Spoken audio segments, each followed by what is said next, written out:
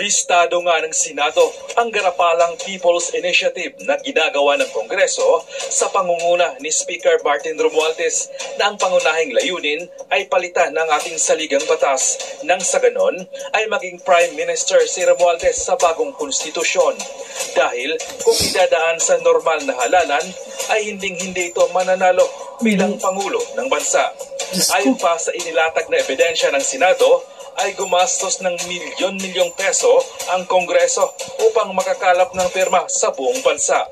Ginamit din niya ni Romualdez ang pagbibigay ng ayuda sa mga kapuspalad nating mga kababayan kapalit ang kanilang pirma. Nang sa ganon, makuha ang porsyentong kinakailangan upang masimulan ang pagpapalit ng saligang batas.